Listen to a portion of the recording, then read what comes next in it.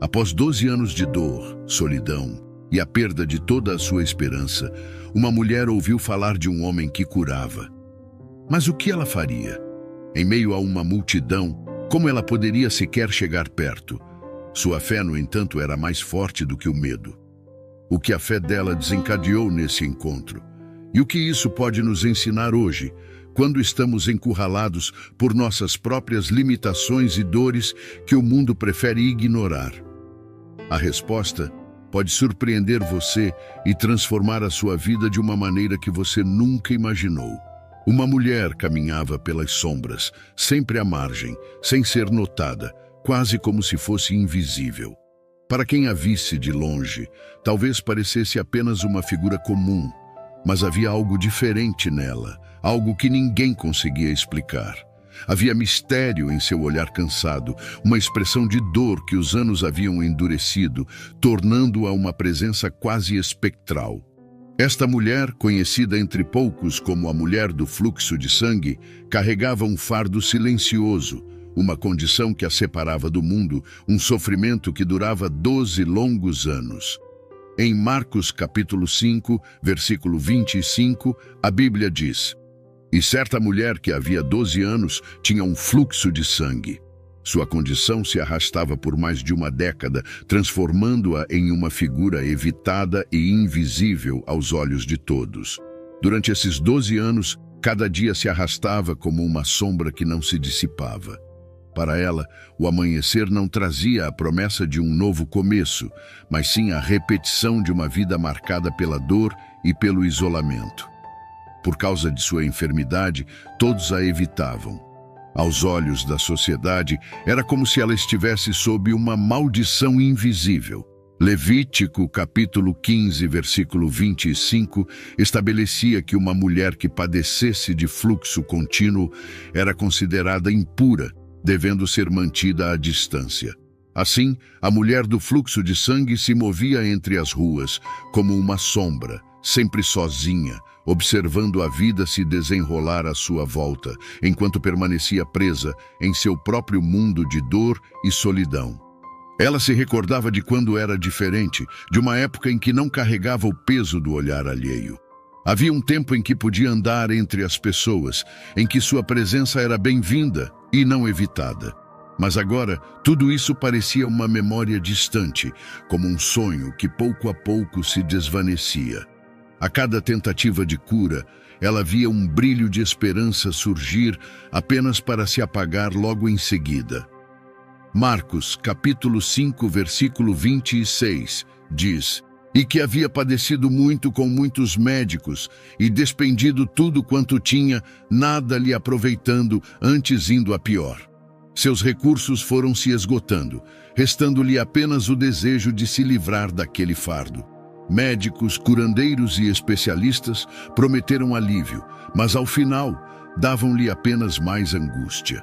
Cada fracasso era um golpe em sua alma, uma ferida invisível que doía tanto quanto o mal que a afligia. As ruas se tornavam cada vez mais familiares em seu isolamento.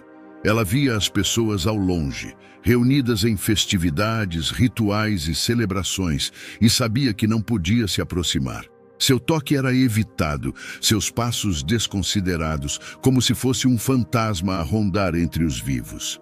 A sensação de exclusão era avassaladora, um constante lembrete de que ela era diferente e de que ninguém desejava sua presença.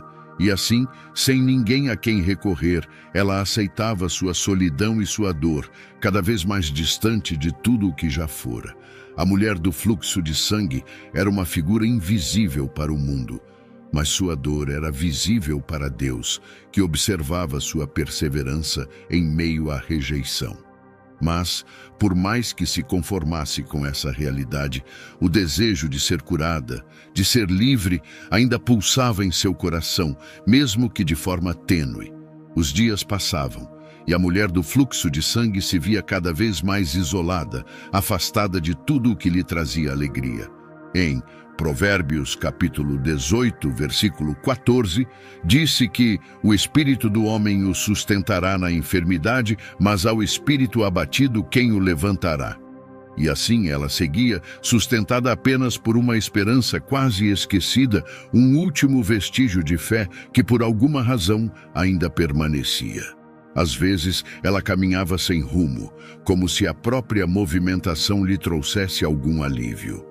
Nesses momentos, observava a vida ao redor, os rostos que se cruzavam, as vozes que ecoavam pelas ruas, as crianças que brincavam sem preocupação. Tudo isso era para ela como um cenário distante, algo que podia ver, mas não tocar. Era a vida que ela sonhara, mas que agora se tornara inalcançável. Seu mundo era um lugar de sombras e silêncios, onde a única companhia que restava era sua própria dor.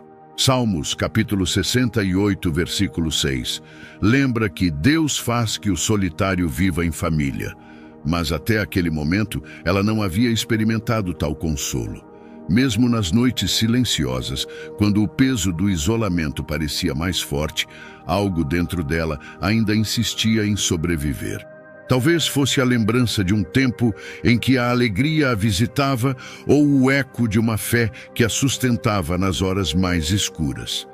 Essa pequena centelha a mantinha de pé. A cada manhã, mesmo que o futuro parecesse sombrio.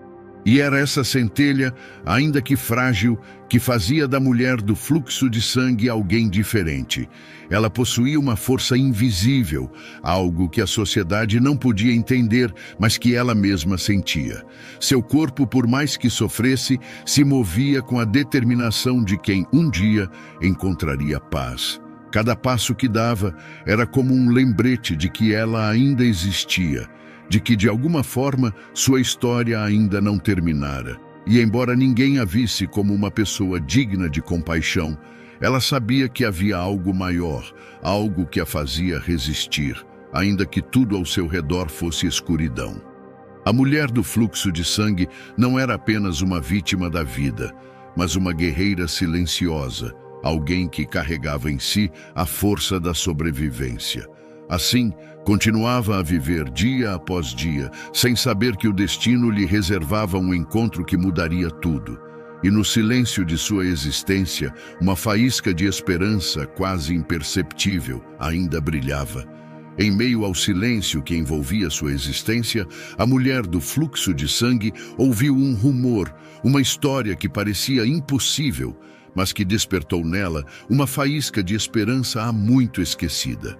Diziam que havia um homem chamado Jesus, um curador que percorria cidades e aldeias, trazendo alívio a muitos. Ele tocava os cegos e eles viam, falava aos surdos e eles ouviam, tocava paralíticos e eles andavam. Era um homem diferente, alguém que transformava vidas sem pedir nada em troca. Para uma mulher que havia perdido quase tudo, cada palavra sobre esse homem era como um bálsamo em sua alma cansada. Em Mateus capítulo 9, versículo 35, é dito que Jesus percorria todas as cidades e aldeias, ensinando nas sinagogas e pregando o evangelho do reino e curando todas as enfermidades e moléstias entre o povo. Essa promessa de cura parecia impossível, mas irresistível. Ela não sabia ao certo de onde viera essa notícia, mas não importava. Algo em seu coração dizia que havia verdade naquelas palavras, e ela se viu, pela primeira vez em anos, sentindo algo próximo ao que um dia chamara de esperança. Porém, ao mesmo tempo, seu ceticismo se manifestava. Quantas vezes já confiara em médicos e especialistas que, ao final, apenas a decepcionaram? Cada tentativa de cura, até então, havia deixado mais marcas do que resultados, até que sua fé na recuperação se tornara uma lembrança distante. Mas este homem, Jesus, era diferente. Ele não buscava riqueza, nem rejeitava os pobres ou impuros. Pelo contrário, acolhia os esquecidos, os aflitos e todos os que precisavam de ajuda. Isso a tocou de forma inexplicável. Havia algo mais profundo que a atraía, algo que ia além da possibilidade de cura física. Era como se cada milagre realizado por Jesus fosse uma mensagem de que talvez ela não estivesse tão só quanto imaginava. Em Isaías, capítulo 53, versículo 4, A palavra fala que ele tomou sobre si as nossas enfermidades e as nossas dores levou sobre si. Para a mulher do fluxo de sangue, essas palavras soavam como um convite, uma promessa silenciosa de que seu sofrimento poderia, enfim, encontrar um fim. Era uma sensação estranha, esse misto de fé e dúvida, de esperança e cansaço. Mas por algum motivo, ela não conseguia se afastar da ideia de que esse homem poderia ser a resposta que tanto buscara. Mesmo sem ter visto Jesus, ela começou a alimentar a possibilidade de se aproximar dele. Bastaria um toque, um breve contato, talvez na borda de suas vestes. Em sua mente, essa ideia ganhava força e, aos poucos, se tornava uma decisão. O que a impedia? O medo de ser rejeitada, de ser humilhada diante de uma multidão que a olhava com desprezo. Mas, ao mesmo tempo, o desejo de cura se mostrava mais forte do que qualquer receio. Ela refletia sobre Salmos, capítulo 146, versículo 8, onde é dito que o Senhor abre os olhos aos cegos, o Senhor levanta os abatidos. Se esse homem era realmente enviado de Deus, talvez em seu toque houvesse poder para curá-la. E assim, a mulher decidiu arriscar.